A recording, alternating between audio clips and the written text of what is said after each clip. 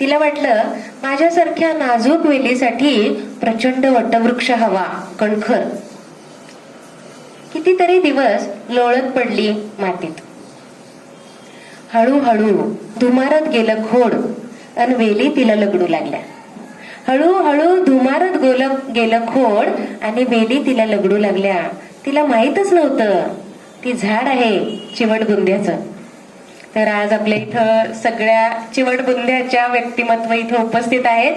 तुम्ही एवढंच लक्षात घ्या की आपण कणखर झाड आहोत, आपण नाजूक वेली नाहीये कुठल्या तरी आधाराने वाढणाऱ्या किंवा कुठला तरी आधार शोधणाऱ्या. कुठलाही आधार न शोधता तुमच्या व्यक्तिमत्वाला अशी बळकटी द्या की तुम्ही स्वतःच इतरांसाठी मदत लागली तर हात पुढे करू शकाल.